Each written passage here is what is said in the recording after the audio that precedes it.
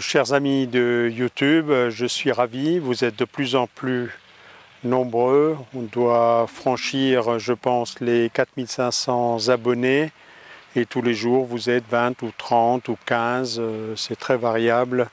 De plus, ça me fait plaisir et me motive.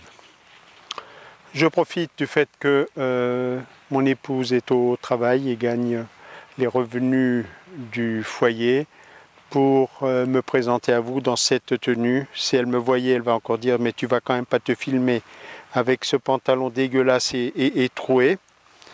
Eh bien si, je vais me filmer avec ce pantalon dégueulasse et troué et je ne vois pas pourquoi je ne le ferai pas, puisque c'est dans cet état que je pratique le jardinage ou mes constructions, la serre et tout ça au quotidien. Donc autant faire ça naturellement comme je suis tous les jours. Bon, il y a quand même deux éléments de réponse à ce questionnement. Premièrement, je vais faire une blague un peu grossière, c'est pas trop dans mes habitudes, mais tout est possible en ce bas monde. Écarter les catholiques pratiquants très obtus et très chatouilleux de l'écran pendant un instant, parce que je vais être un tout petit peu grossier. Je vais prendre mon accent allemand parce que la blague ne marche que comme ça. Vous imaginez un peu Karl Lagerfeld. Alors c'est vrai que c'est difficile d'imaginer Karl Lagerfeld dans cette tenue-là, mais la blague, vous allez voir tout de suite. Ach, dirait Karl Lagerfeld, la bite ne fait pas le moine.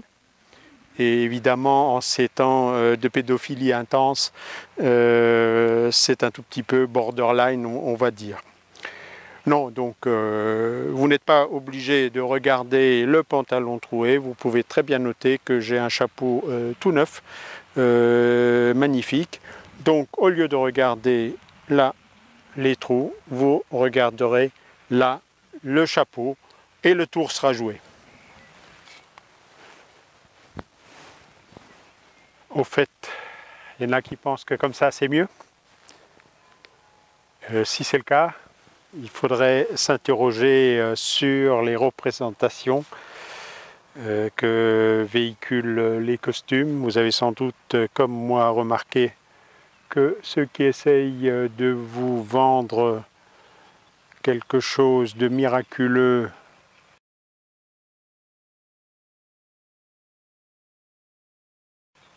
très cher sont très souvent très bien habillés. Ça devrait laisser à méditer. Pour ma part, mes idées, je vous les donne. Vous en faites ce que vous voulez. Vous essayez, vous adoptez, vous y croyez, vous n'y croyez pas. Tant qu'un certain nombre d'entre vous seront intéressés, je continuerai. Mais je crois que je serai bien plus souvent dans ma tenue de jardinier paresseux.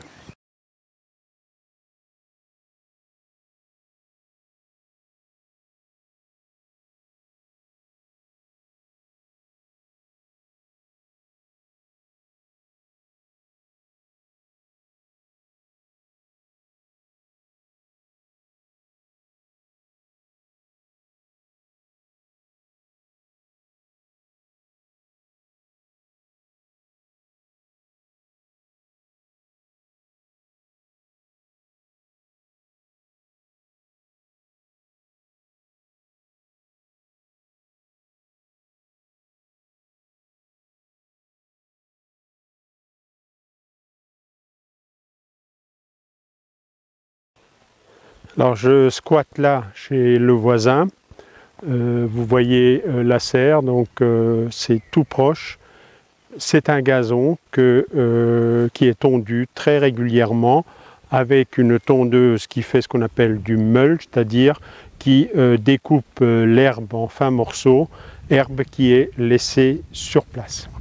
Et vous voyez qu'ici vous avez une domination très très nette de ces coucous, donc qui dominent tout à fait la prairie, avec aussi quelques pâquerettes et déjà les graminées qui sont assez présentes, assez dominantes.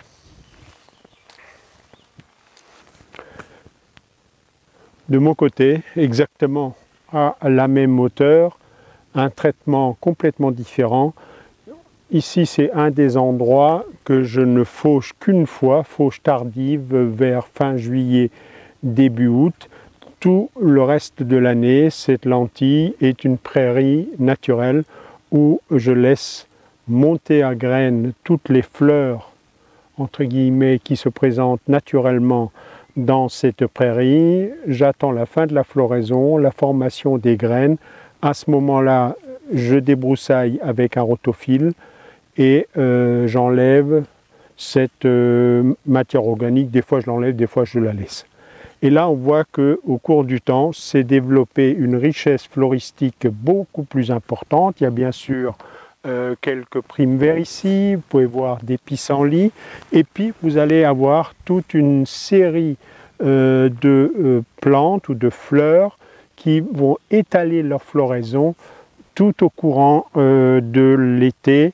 Donc il y aura des bleuets, il y a ici des gnocchis, il y a du fumeterre, il y a bien sûr du plantain en pagaille, là-bas de l'aquilée millefeuille, de la renoncule et puis d'autres encore. Donc il y a là un mélange de graminées, il y a bien sûr des herbes, mais aussi tout plein d'autres plantes qui vont à tour de rôle fleurir. Alors ça ne s'obtient que par glissement progressif de la composition de la flore.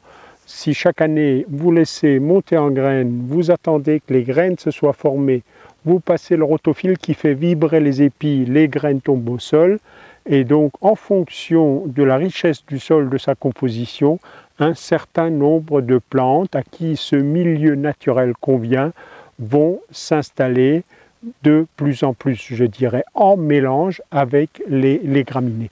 Et c'est ce qu'on appelle une prairie fleurie, sous-entendu une prairie fleurie naturelle. Vous trouverez dans le commerce des tas de sachets qui s'appellent prairie fleurie, qui n'ont de prairie que le nom. Hein. C'est un mélange d'annuels que l'on sème et qui vaguement imite les fleurs qu'il y a dans une prairie. Ici, côté nord du jardin, un autre traitement de cette prairie. Cette prairie est pâturée de façon très régulière par des chevaux. Il y a eu des chevaux pendant tout l'hiver. Ils viennent d'être sortis. Et une fois par an, l'agriculteur fait une fauche pour nettoyer. Et là, composition floristique complètement, enfin pas complètement, mais nettement différente. On retrouve des primes-verts comme chez moi. Il y en avait même plus. On retrouve des gnocchis, etc., du fumeterre. Et on retrouve surtout cette plante qui est une labier. Il faudrait que je l'identifie. Je pense que c'est un bugle. Donc il y en a en pagaille. Donc ça veut dire quoi? Ça veut dire que ce traitement-là favorise essentiellement ici ce type de plante, cette composition floristique. Et on va jeter un coup d'œil sur, toujours au même endroit, hein, donc tout ça se situe dans un rayon de 100 mètres ici, sur ce qu'on peut penser être la même formation géologique, le même type de sol. On va regarder juste de l'autre côté où il y a encore un panorama différent. Quatrième formation végétale, et vous apercevez sans doute sans aucune difficulté une domination de cette plante-là. Alors qu'est-ce que c'est cette plante? C'est tout simplement du rumex ou oseille sauvage, et donc ici tout ce carré est très largement dominé par ce rumex. Par ailleurs, en détail, on peut voir un peu partout des orties. Alors qu'est-ce qui s'est passé ici? Comment expliquer cette composition floristique? Ben, il s'est passé qu'il y a une dizaine d'années, le voisin qui est propriétaire de cette prairie, m'ayant vu jardiner, a été pris, comme c'est souvent le cas de beaucoup de gens au printemps, d'une folie jardinière. Donc ça y est, il fait beau, on a envie d'installer un jardin et il a vu un peu grand. Ramener un petit tracteur 4 roues motrices, une charrue, un rotavator, tout le bazar, et à cultiver ici un espace qui est au moins 3 fois plus grand que mon jardin. Il a planté de tout, des tomates, des aubergines, des concombres, etc. Et puis sans doute trop occupé ailleurs, tout cela petit à petit, enfin pas petit à petit, très très vite, a été envahi par les adventices, à tel point qu'au moment de récolter, on voyait des kénopodes qui étaient presque aussi hauts que moi, du rumex en pagaille, des orties qui s'étaient développées, tout cela a produit des graines qui sont tombées en sol, et l'aventure jardinière s'est arrêtée là. L'ensemble est retourné en prairie et est fauché depuis, cultivé, comme l'ensemble de cette prairie naturelle. Donc une dizaine d'années plus tard, le rumex est toujours là grâce à ses racines très très puissantes qui stockent énormément d'énergie. Donc il arrive à dominer cette formation.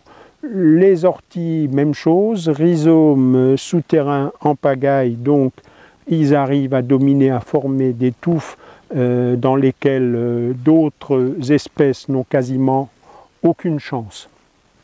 Donc voilà, là nous sommes dans quelque chose de tout à fait particulier. On va voir à quoi ressemblait cette prairie naturelle avant qu'elle soit transformée et qu'elle ait maintenant beaucoup de mal à revenir à l'état initial. Il faudra sans doute, je ne sais pas moi, 20, 30, 50 ans pour que petit à petit, fauche après fauche, année après année, on revienne à l'équilibre de départ. Et voilà donc ici cette prairie telle qu'elle est sans doute depuis des dizaines et des dizaines d'années, ce qu'on appelle une prairie naturelle, c'est-à-dire qui n'est pas fertilisée, qui n'est jamais labourée, à tendance plutôt sèche. Nous sommes plutôt vers le haut du versant, orientation le sud est là, l'ouest est là, et donc plutôt quelque chose qui souffre de sécheresse, et donc ça va évidemment impacter la flore qui s'installe. Alors on a ici quelque chose qui ressemble un tout petit peu à ce que je vous ai montré chez moi, des primes verts, ici des gnocchis qui sont en train de monter, il y a aussi quelques pâquerettes, on retrouve la renoncule que je vous ai montré dans mon jardin, il y a quelques bleuets. Simplement, vous voyez que ici, le tout est dominé par les graminées. Alors pourquoi cette domination par les graminées ici, alors que chez moi, il y a plutôt une domination de ce qu'on appellerait des fleurs? Ben, c'est tout simplement la différence de la période de fauche. En agriculture, on va essayer de faucher une prairie relativement tôt, fin juin, mi-juin, début juillet, selon les conditions météo, au moment où l'herbe, donc les graminées, sont en pleine épiaison. À ce moment-là, une bonne partie des fleurs n'ont pas encore fleuri, ou du moins n'ont pas encore produit les graines, type bleuet, etc. Chicorée sauvage aussi fleurissent plus tard. Et donc, elles n'auront pas le temps de se reproduire. Là où chez moi, quand je fauche tout à fait fin août, quand l'ensemble des fleurs ont produit leurs graines, je vais ressemer ces fleurs en abondance. Donc ici, on a quelque chose qui est dominé par les graminées. Chez moi, on a quelque chose qui est dominé par les fleurs. Même sol, même météo, même conditions d'exposition, etc. C'est juste cette petite pratique qui va modifier l'équilibre. Il faut savoir que les graminées sont la réaction de la nature aux brouteurs. Les graminées se sont développées lorsque sont apparus les brouteurs. Les brouteurs, comme leur nom l'indique, broutent, mais ils ne vont pas jusqu'au ras du sol, puisque là en général ça pique, il y a de la terre, etc. Et donc les graminées ont deux modes de reproduction. D'un côté, ils forment des épis et des graines qui peuvent être disséminées par le vent, s'accrocher aux poils des animaux. Mais surtout, les graminées talent, c'est-à-dire qu'un pied va former des tas de ce qu'on pourrait appeler des petites branches latérales au niveau du sol. Et c'est ainsi qu'il va occuper tout l'espace. Dans votre jardin, observez ou arrachez une graminée. Au début, il n'y a qu'une petite tige et assez rapidement, vous verrez tout un ensemble de tiges qui se développent. Ça, c'est l'adaptation aux brouteurs, donc qui vont enlever les feuilles et immédiatement, il y a des ramifications latérales qui vont se développer. Plus les brouteurs broutent et plus la graminée va s'étaler et occuper l'espace, alors que les fleurs, elles, en général, elles n'ont pas cette faculté-là et vont très vite se faire dominer. Donc voilà, fauche précoce ou fauche répétée comme on le fait dans un gazon favorise les graminées. Fauche très tardive, une fois que les graines des fleurs se sont formées, favorise donc une prairie naturelle fleurie. Bien sûr, pas en une année. Chez moi, c'est le résultat de 10 ou 12 ou 15 ans, je ne sais plus, de ces îlots que je laisse en prairie naturelle et que je ne fauche qu'une fois très tard par an. Alors pourquoi cette longue introduction? Vous allez me demander qu'est-ce qui nous baratine encore, qu'est-ce qui nous raconte là? C'est tout simplement parce que je souhaiterais que vous soyez un tout petit peu nuancé dans votre approche sur les plantes indicatrices. Je suis toujours stupéfait de lire sur internet que telle plante indique tel type de sol. Le rumex, un sol tassé. J'espère que vous aurez compris dans cette petite balade là, 50 mètres à la ronde autour de ma serre, que c'est beaucoup plus compliqué. Une composition floristique, donc un ensemble de plantes, va en fait indiquer bien entendu certaines caractéristiques du sol, va indiquer un certain climat et une certaine exposition. Si je me rends sur un versant nord-est là-bas, vous n'aurez pas la même composition, et va aussi donc traduire l'action exercée par l'homme ou la pression de sélection exercée par l'homme. Le rumex chez le voisin qui a retourné sa prairie est tout à fait typique à ce niveau-là. Il n'indique rien d'autre qu'un jardin qui est parti en friche. Rien d'autre. Pas d'indication. Ce sol là-bas n'est pas plus compact qu'ici et inversement, ici, il n'est pas plus compact que là-bas. La chimie du sol est exactement la même que là-bas. Donc voilà, soyez toujours très nuancés dans l'interprétation que vous faites des plantes, de la présence de plantes bio-indicatrices. Ce qui ne veut pas dire que c'est faux, ça veut simplement dire que c'est nuancé, que ça peut indiquer ça, mais une plante indicatrice peut aussi être là en raison d'une action passée de l'homme. Elle peut être là par hasard parce que un animal a disséminé une graine à cet endroit-là. Donc n'allez pas trop vite et surtout n'oubliez pas, la nature est extrêmement sophistiquée, ce sont des équilibres, donc ne déduisez pas, et il y a une prime vert, donc c'est ceci, pas du tout. Poursuivons rapidement la visite ici, cette planche est occupée par de l'oignon qui commence à pointer. C'est une deuxième plantation. J'avais omis de planter des oignons violets que j'aime bien. Donc il y a là deux variétés d'oignons violets. Ici le chou frisé qui a passé l'hiver, qui au printemps fait des petites repousses qui constituent une salade, enfin moi je l'aime sous forme de salade, on peut aussi le cuisiner, tout à fait appréciable et qui maintenant est en train de monter en graines. Dans quelques jours, il y aura là de belles inflorescences jaunes qui vont ravir, ça y est je vais y arriver, les butineurs de toutes sortes dont les abeilles. Là, on se trouve devant une zone qui contredit donc tout ce que je prêche à longueur d'année, hein, donc de terre nue, ce qui montre que je ne suis pas très orthodoxe dans ma religion. J'essaye surtout de faire avancer et de me nourrir au moindre effort. Qu'est-ce qui s'est passé ici? Ben, il s'était passé que j'avais semé de la mâche et il n'y a que quelques pieds, assez tard. Donc il n'y a que quelques pieds qui ont levé par-ci, par-là. C'est resté nu durant tout l'hiver et au printemps, là début mars, au moment où j'allais recouvrir de foin, qu'est-ce que je ne vois pas?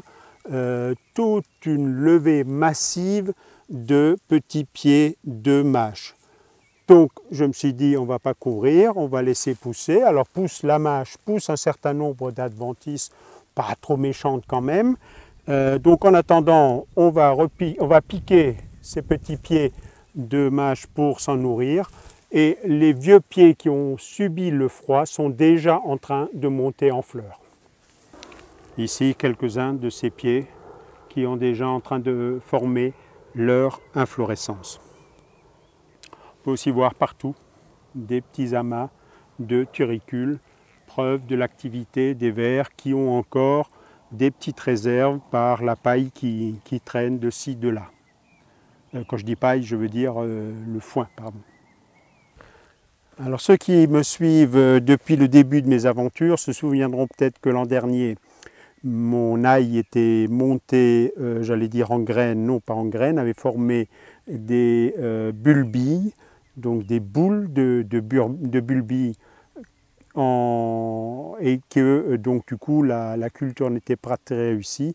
Bulbilles que j'ai mis en terre à l'automne et qui sont en train de lever ici. Donc en principe, ça va former des petits cailleux d'ail non divisés qui, quand on les repiquera l'année prochaine, vont former le véritable ail. Alors il y en a toute une rangée, j'ai en fait 4 rangées qu'on peut voir là en plein milieu de la mâche.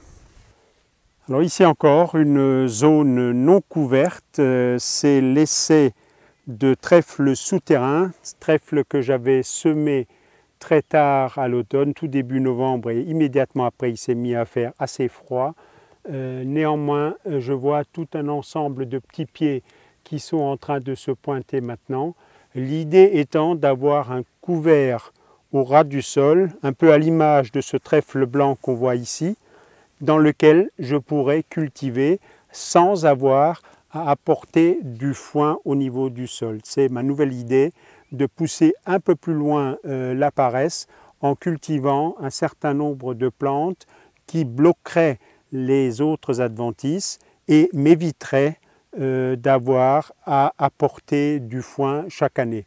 Sans doute en alternance, donc il y aura, parce qu'un certain nombre d'adventices vont s'installer, une année sur 2 ou quelque chose comme ça, ce type de couvert vivant avec un certain nombre de légumes, ceux qui se développent assez haut pour dominer ce type de tapis. Je me demande d'ailleurs si ce trèfle-là n'est pas le trèfle souterrain qui a été balayé par la pluie.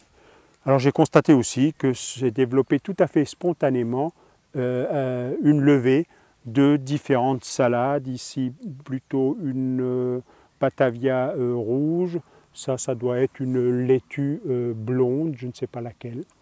C'était l'endroit où l'an dernier il y avait les aubergines, si vous vous souvenez.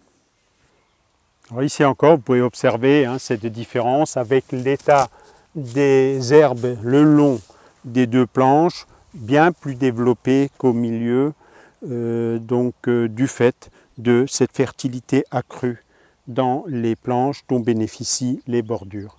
Quelques pérennes ici, en particulier ces myrtillers qui sont des faux myrtillers. Ça s'appelle du bluet, c'est un myrtillier du Canada, différent de notre myrtille sauvage, mais vendu dans les jardineries sans scrupule sous le terme de myrtille.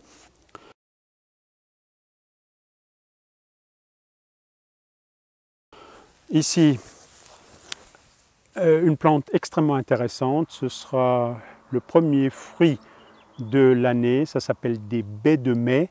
C'est un chèvrefeuille comestible originaire du Kamtchatka.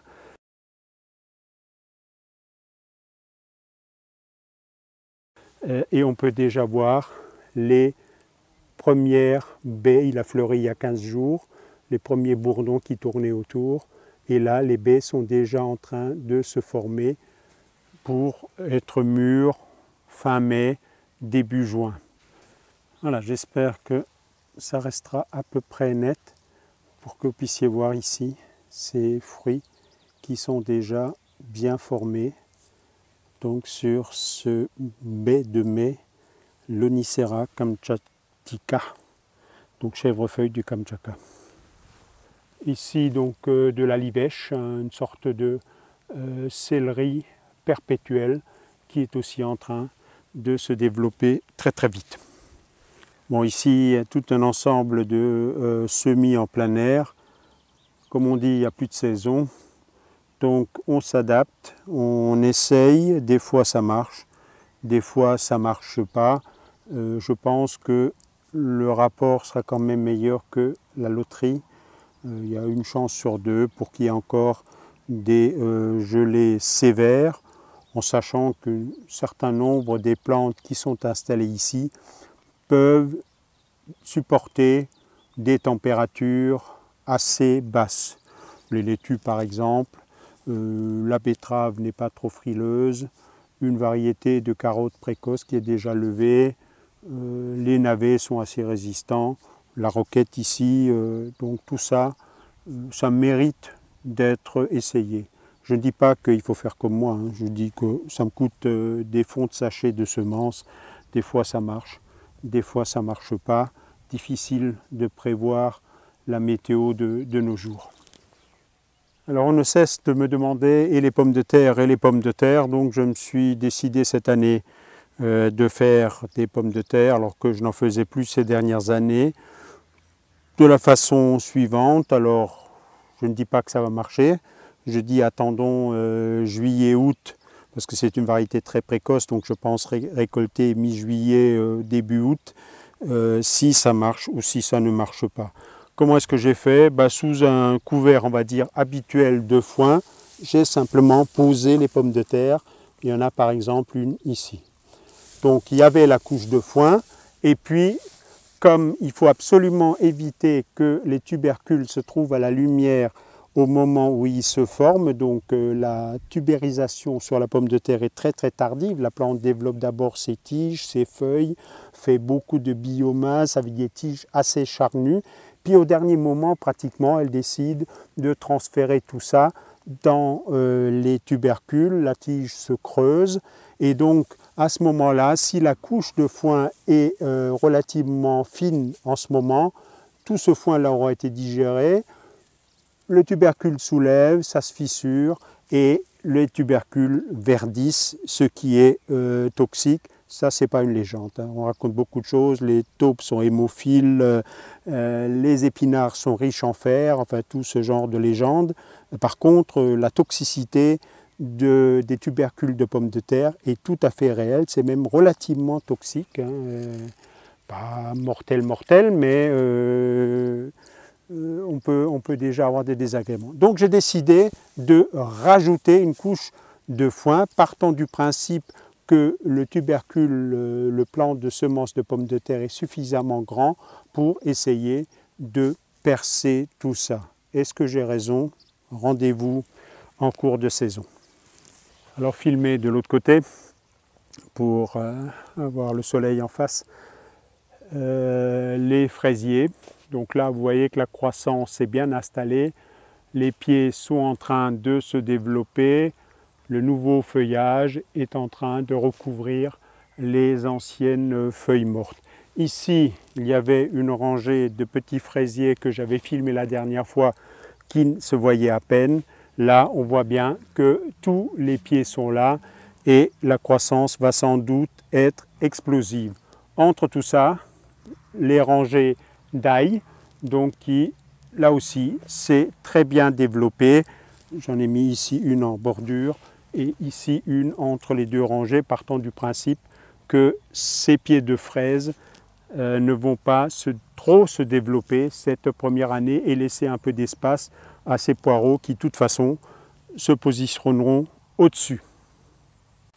En passant un petit coup d'œil sur le dispositif anti-campagnol, j'avais indiqué, je pense, dans une vidéo que ces campagnols semblaient assez attirés par un certain nombre de plantes ayant des racines charnues et assez aromatiques. Et donc l'an dernier, à différents endroits dispatchés dans le jardin, j'avais installé du persil tubéreux, un persil qui forme ces espèces de tubercules. Eh bien, bingo, ça n'a pas manqué. Il y a 8 jours à peu près, j'ai découvert ici ces dégâts sur ces persils. On voit ici la racine bien rongée, celle-ci qui a été complètement attaquée. Et ici, on a une galerie dans laquelle on peut mettre sa main. Je me suis empressé de placer le piège dans ces galeries et 1 ou 2 heures après, cela a claqué. Un campagnol s'est fait prendre. J'ai laissé le piège là, il y est depuis 8 jours, ça ne bouge plus, donc je pense que c'était un individu un peu solitaire. En tout cas, conclusion, ce dispositif avec par-ci par-là du persil tubéreux en particulier, semble extrêmement efficace, extrêmement intéressant. Reste toujours un peu mystérieux pour moi comment sur des distances aussi importantes dans le sol, le campagnol arrive à sentir ce type de légumes racines et à se précipiter dessus. Il semble vraiment addictif. On enlève le tubercule, on met le piège à la place et en général, dans les heures qui suivent, il se fait piéger. Alors pour finir un petit miam miam, ici à l'intérieur de la serre, par hasard, ce qui reste de mâche, c'est la mâche à grosses feuilles qui, comme vous pouvez le voir peut-être, commence à monter en graines. Donc on va se jeter dessus. Je vous donne quand même, je mets la main toujours pour donner l'échelle dans cette zone-là. Alors ce n'était pas couvert de foin, hein. Donc là c'était un sillon qui était ouvert, il y en avait très exactement 2. Une partie là-bas a déjà été récoltée plus tôt, a été fermée. Ici c'est vraiment la dernière rasade qui nous reste. Sur le côté, vous voyez les salades que j'ai repiquées à partir de ce qu'il y a dans le châssis et donc que je vais forcer ici dans la serre. Voilà ici ces salades, alors elles se voient à peine, hein, c'est pas du tout inquiétant. Habillage sévère parce que je savais que ça allait souffrir du sec et du chaud, donc on enlève vraiment les grosses feuilles, on compte sur le cœur qui va développer de nouvelles feuilles. Le foin ici était très très épais, donc j'en ai enlevé pour en laisser qu'un tout petit peu qui maintient l'humidité du sol. Et puis progressivement les pommes vont se développer. Ça c'est un dispositif qui n'a même pas une efficacité, enfin une durée de 1 ou 2 mois. D'ici là tout sera récolté et je remettais du foin. Quelques-uns peut-être, là j'en vois un qui vont, oh quoique non, le cœur est en train de repartir. Donc il y en a peut-être l'un ou l'autre qui, sous des chaleurs ici qui ont atteint hier plus de 32 degrés, bien que ce soit encore ouvert en partie, bien sûr, c'est là un tout petit peu souffert. J'aurais peut-être pas 100% de réussite, mais voilà, là il y en a un qui est mort, ça c'est clair. Mais j'en aurais bien 90%, ce qui sur 4 rangées de je ne sais pas combien de pieds fera largement plus que ce que je serais capable, enfin ce qu'on sera capable de manger. Alors ici, plusieurs choses en une seule image. Au premier plan, des laitues d'hiver, donc qui ont passé l'hiver ici sans aucune protection, sans aucune couverture, sous forme de toutes petites plantules, pas plus grands que ça par exemple, et qui sont en train maintenant de se développer et de commencer à paumer. On voit qu'elles changent de couleur, je ne sais plus si je les avais filmées. À la sortie d'hiver, c'est d'un vert très très pâle, quasiment jaune, signe que dans le sol, la nitrification, donc la transformation de l'azote en nitrate par les bactéries est bloquée. Et ce processus est en train maintenant de se débloquer. La température du sol doit dépasser 12 degrés, donc à partir de 12-14 degrés en général, les bactéries nitrifiantes commencent à bosser sérieusement et à réalimenter les plantes en nitrate.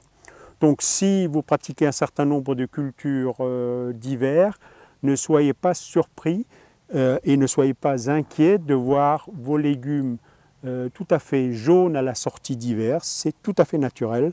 Blocage de la nitrification, plus de nitrate, des plantes pâles. C'est ce que combattent les agriculteurs conventionnels en apportant des doses d'ammonitrate. Et c'est pour ça que vous voyez les champs de blé qui étaient eux aussi vert pâle à la sortie d'hiver, tout à coup, en quelques jours, devenir vert bleuâtre, hein, donc signe que les plantes ont suffisamment de nitrate, voire trop. Hein, c'est un peu la picouse au nitrate et ça peut friser l'overdose. Ici un semis de Batavia que j'avais fait en même temps que le semis qui est dans le châssis. Malheureusement maltraité quand on a monté la serre, là on a piétiné un peu, mais c'est reparti, là ça va se développer. Je ferai un gros plan aussi sur l'abondance de turricules ici. Le thym se développe bien, très bien passé l'hiver, aucun pied qui n'a souffert donc il est en pleine croissance là et il embaume. Ici sur ma gauche, c'est la parcelle où j'avais filmé la séquence sur comment planter les oignons à travers le foin. Donc ici 4-5 rangs d'échalotes et ensuite 3 rangs d'oignons, à peu près tout est levé. Donc c'est une levée tout à fait correcte. Vous reconnaissez les échalotes, hein, en fait, qu'il y a beaucoup plus de feuilles que sur l'oignon. L'oignon, en général, c'est au début 2-3 feuilles, plus une petite au milieu, donc ça s'étage. Alors que l'échalote, il y a plusieurs tiges avec chaque fois 2-3 feuilles comme un oignon. Surprise, en plein milieu de ce bazar sont apparues des levées spontanées de laitue. Et je me suis souvenu après coup que j'avais l'an dernier balancé ici en fin de saison des pieds de salade qui étaient montés en fleurs et montés en graines. Donc voilà, ils se trouvent là et ils germent. Alors voilà, zoomé dans l'axe comme ça, on voit bien les échalotes sur la gauche, hein, il y a plus de feuilles, et les oignons sur la droite.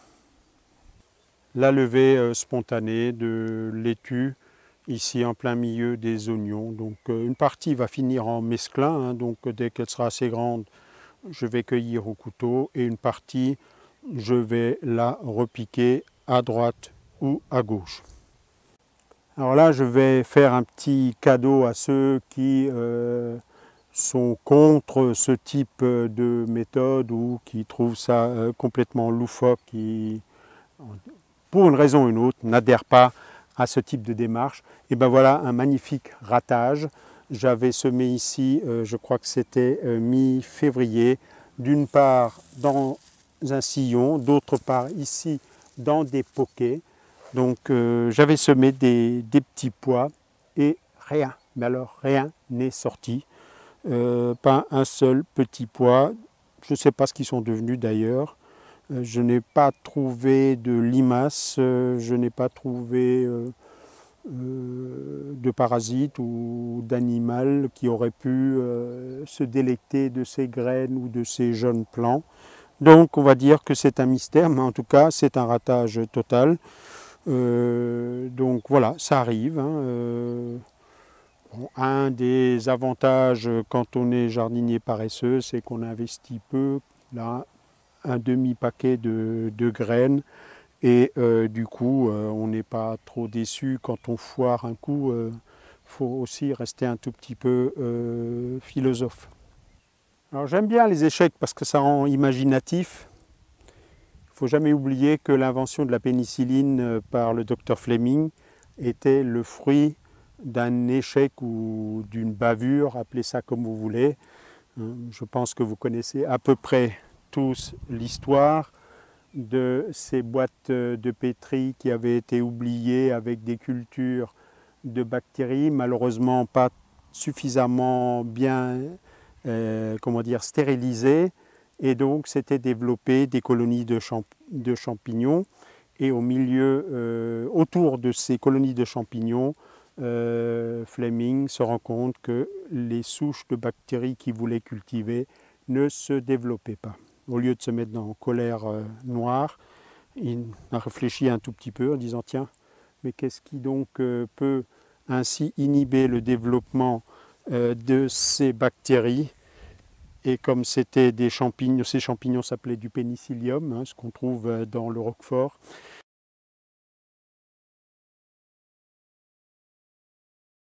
Il en a déduit que ce pénicillium synthétisait une substance qu'il a appelée la pénicilline et qui était le premier antibiotique.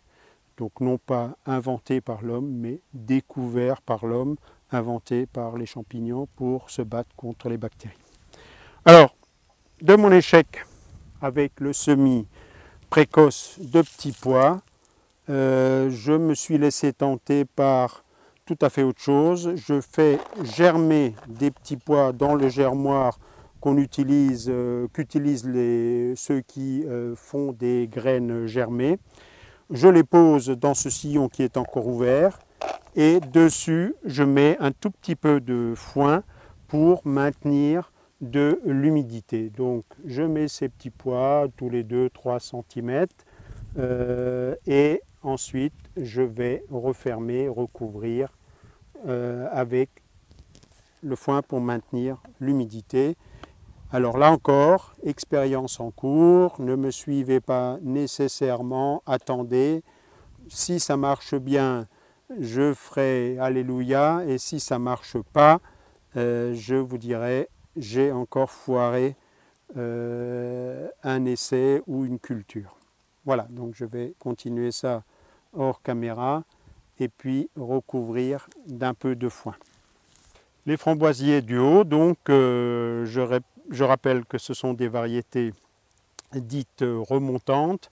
Donc vous avez là les anciennes cannes que j'avais laissées après la taille, qui ont donc produit des bouquets de feuilles et déjà en train de se former les bouquets de fleurs. Donc ça, ce sera la première production. Ici au pied sont en train d'émerger les cannes de l'année qui, dans des variétés non remontantes, ne produiront pas l'année en question, donc n'auraient pas produit cette année, mais avec une variété remontante, quand elles se seront suffisamment développées, elles vont se mettre à fleurir exactement comme ces vieilles cannes et à poursuivre donc la production de framboises, ce qui permet d'avoir des framboises à partir de juin, quasiment jusqu'en début octobre, avec ce type de variété. Et donc pour boucler la boucle, petit regard sur les châssis de semis. Donc ici, la Batavia rouge grenobloise. En haut, où c'est un peu en pagaille, j'ai prélevé des plants qui sont déjà en attente dans la serre. En bas ici, il est extrêmement urgent de démarier et de repiquer, ou alors de manger sous forme de mesclun. À côté ici, donc les pieds repiqués sous châssis.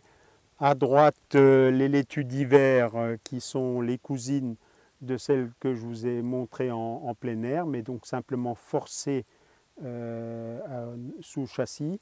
À gauche, des grenobloises, non, des merveilles des 4 saisons, pardon, achetées dans le commerce sous forme de mottes, à peu près repiquées en même temps. Elles sont à peu près au même stade. Vous voyez qu'il en manque 2. D'un côté, il y avait un vert blanc et de l'autre côté, ici, j'en ai trouvé une qui avait été ravagée par un taupin. Je vais vous montrer ça dans un instant parce que j'en ai chopé un il y a un quart d'heure. Voilà donc ici les plants godets de toutes sortes, les tomates au fond, des choux, des cucurbitacées, melons au premier rang, aubergines par là-bas. Là visiblement quelque chose qui n'a pas levé, donc des graines qui étaient périmées, de même dans les pieds de tomates, une ou deux variétés, donc un ou deux numéros n'ont pas levé, et donc je les ai remplacés en repiquant des plants en surnombre juste à côté. Et ici donc la suite des semis, en partie en terrine sur la droite, donc oignons, poireaux, et au fond tout petit, tellement lent, un peu comme les carottes, le céleri. Et puis par ailleurs, pas mal de choux et du fenouil, ici sur la gauche. Je ne sais pas si ce sera à l'image. Alors ici, devinez quoi, vous aurez du mal, mais c'est de nouveau un de ces essais où je me dis il faut tout essayer avant de conclure trop hâtivement. Ici au milieu des feuilles, vous avez une mini-motte de laitue Batavia, la même que celle qui est dans le châssis précédent. Celle-ci se voit un peu mieux.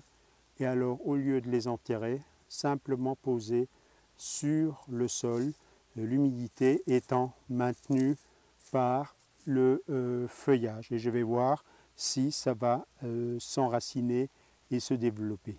On voit déjà le retard considérable par rapport aux mottes que j'ai enterrées, mais je voulais quand même voir un tout petit peu comment ça se passe.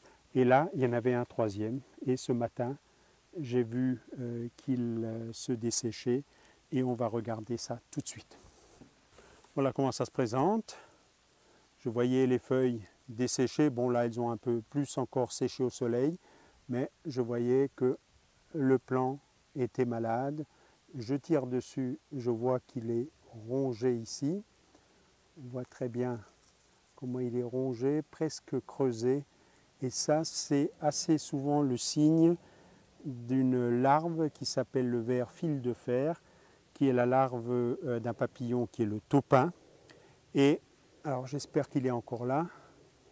En cherchant un tout petit peu, le voilà. Il était caché dans la motte. Alors, en agriculture conventionnelle, on traite avec des insecticides assez puissants en général, parce qu'il n'est pas facile du tout à détruire. Pour ma part, je préfère planter un peu plus de plantes de salade et être vigilant. Dès que je vois un pied qui fane, c'est presque à tous les coups, notamment sur une vieille prairie. Ces vers-là infestent les prairies tout à fait naturellement. Et il vous faudra 2-3 ans avant de vous en débarrasser. Donc je plante plus de salade en sachant que je vais en perdre quelques dizaines de pieds.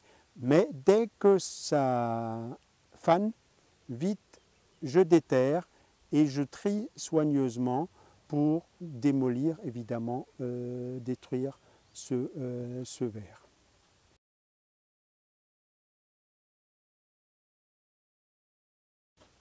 Voilà. Et comme ça, en 2 ans, la population est très très fortement réduite.